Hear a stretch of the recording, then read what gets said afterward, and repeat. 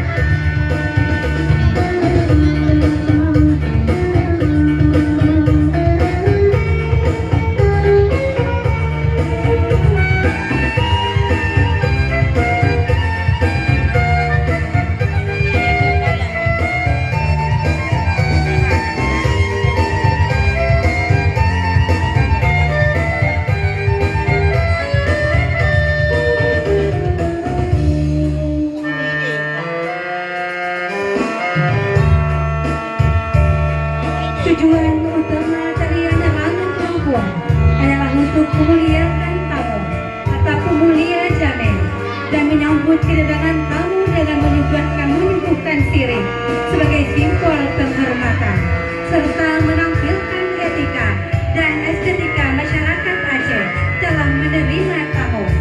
Tarian ini juga menjadi ungkapan rasa syukur, melambangkan kebersamaan dan keharmonisan masyarakat Aceh serta upaya pelestarian budaya dan identitas lokal. Tujuan utama untuk menghormati tamu yang datang, menunjukkan keramahan dan ketulusan masyarakat Aceh.